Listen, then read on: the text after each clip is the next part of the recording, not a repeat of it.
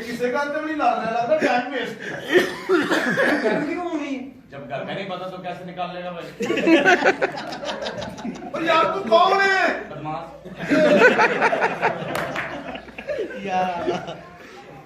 हाथी की सुन लगा मुंह में। मुझे पता था तेरे लड़का चिट्टा छोकरा सुंड जरूर कहेगा। सुंड। हाँ। यस। सुंड। मेरी छोटे मारते। तेरी भी तो हाँ नहीं है। भाई ਗੱਲ ਸੁਣੋ ਅਸੀਂ ਸ਼ਰੀਫ ਆਦਮੀ ਆ ਸਾਨੂੰ ਤੰਗ ਨਾ ਕਰੋ ਤੁਸੀਂ ਕੌਣ ਹੋ बदमाश। ਕੌਣ ਆਇਆ ओए मामा, बदमाश ओए ओए पता नहीं मैं क्या मसला है हैं तेरे की मसला है हमारी बहन ओए यार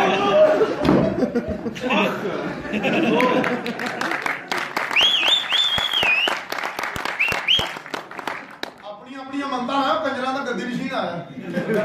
मैंने सुना हुआ सियाने कहते जब गुस्सा है तो बैठ जाओ। लो। आ नहीं होता तो तू गुस्सा ते कन्ना ते तुरन दे। की मसला तेनु? ओए ठहरो जरा क्या? ठहरो ठहरो कुछ छाड़ दो क्या?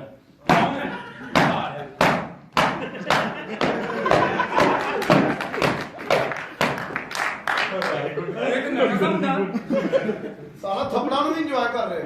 या तुम्हारी बहन की खोते खा गए हो?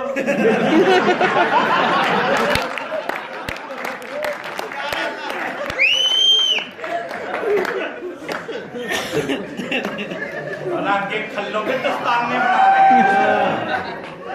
फलों के दस्तान में। ओए इधर बैठ। अब बैठ। बैठ।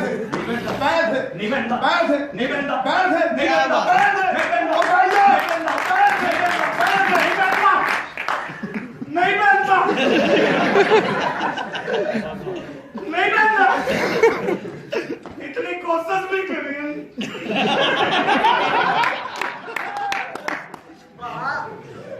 तेरी समझ आती साला दाई रख के मैं आया हूं ओए हां खड़ा कर। लो बंदा रखा हुआ खड़ा करने के बाद तेरे हाथ टूटे ना। ओए तेनू गुस्सा नहीं आना ये टूट जाने ने। जमाने का ओए सोया। ओए तेरा प्यो की करदा पता नहीं मैं तो जल्दी सो जाता हूँ। कारोबार की करदा ओए। ओए ना उठिया। काम तो जाता मैं सुता हूँ। भाई कौन हो तुसी? बदमाश। ਇੱਥੇ ਕੀ ਆਣਾ ਹੈ तू कत्ल कीता ही अल्लाह का शुक्र बड़े बंदे मारे किंज मारे नी? तो दवाएं दे दे के। मराठी और दिमाग बड़ा डाटा बदमाशी है दी हाथ को डली। चवल आदमी मेरे साथ परचून की दुकान पे गया उन्होंने तो 10 रुपए का तेल दे दे। उसने मुझे देखा उन्होंने कहा 10 ना मैं तेरी अम्मी नू।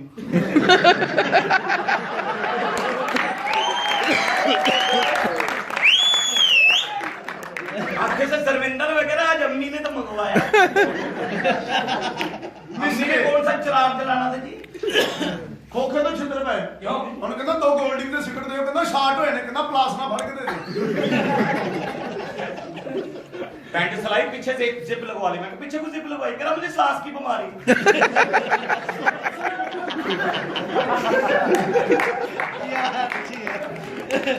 ये कौन सा दमा हुआ है जो पीछे?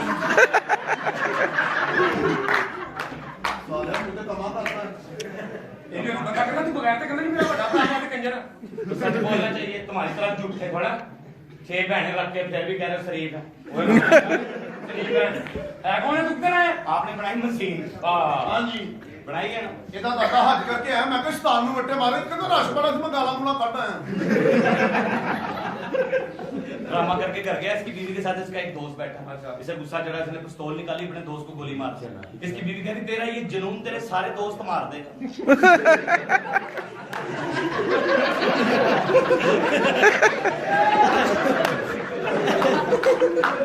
ਇਸੇ ਕਰਕੇ ਮੈਂ ਬੁੱਢੀ ਨੂੰ ਤਲਾਕ ਦਿੱਤੀ। ਕਿਉਂ? ਹਰ ਗੱਲ ਭਰਾ ਨੂੰ ਦੱਸਦੀ ਸੀ। बताना नहीं भाई को नहीं बताना किसको बताना। ਇਸਤਰੀਆਂ ਵੇਚਦਾ ਸੀ। ਇੱਕ ਬੰਦਾ ਕਹਿੰਦਾ ਇਸਤਰੀ ਕਿੰਨੇ ਦੀ? ਕਹਿੰਦਾ 1500 ਦੀ। ਕਹਿੰਦਾ ਸ਼ਾਰਟ ਤਾਂ ਨਹੀਂ ਮਾਰਦੀ? ਕਹਿੰਦਾ ਨਹੀਂ ਸਿੰਗਲਾ ਡਬਲਾ ਕਰਦੀ। कुत्ते को देख के सलवार फाड़ ली। मैं कि ये क्या करा कर उसने भी तो फाड़ ली।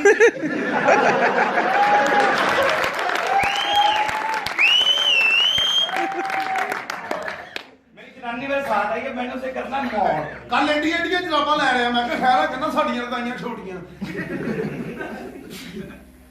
मेरी जनानी मेरे साथ है, ਆ ਬਾਹਰ ਕੀ ਕਰ ਰਹੀ ਹੈ वो रक्षे वाले को फारक कर। पैसे उसके पास होते हैं ना, मैं नहीं रखता भाई, चोरी हो जाती है। ਅੱਛਾ ਮੇਰੀ ਗੱਲ ਸੁਣੋ ਅੰਦਰ ਬੁਲਾ ਲਓ अच्छा जी, ਮਹੱਲਾ ਠੀਕ ਨਹੀਂ ਹੈਗਾ ये जो वो भी ठीक नहीं।